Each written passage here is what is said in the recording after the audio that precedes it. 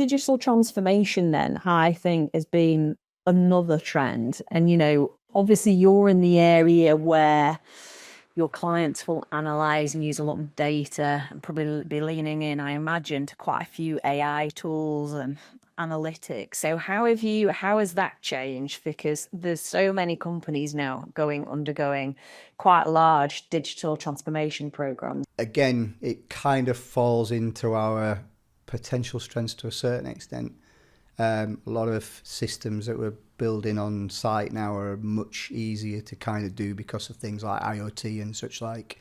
We did some reports on some of our own analysis recently and used a few AI tools to do some of the calculations. We reverse engineered it as well just to make sure that it worked, but it does. So I think for us, it's kind of been a bit of an accelerant.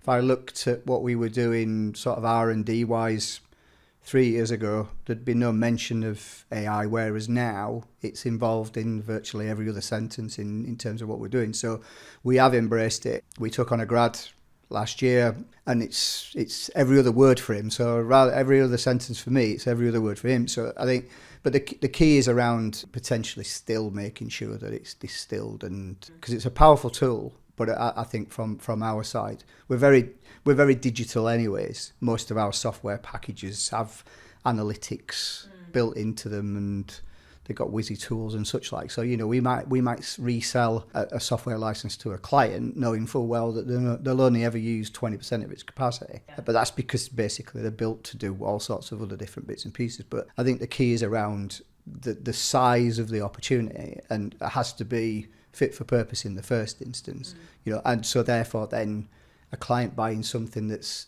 got 80% wriggle room is for future capacity in terms of understanding, learning and such like, because we're still all learning about it as well.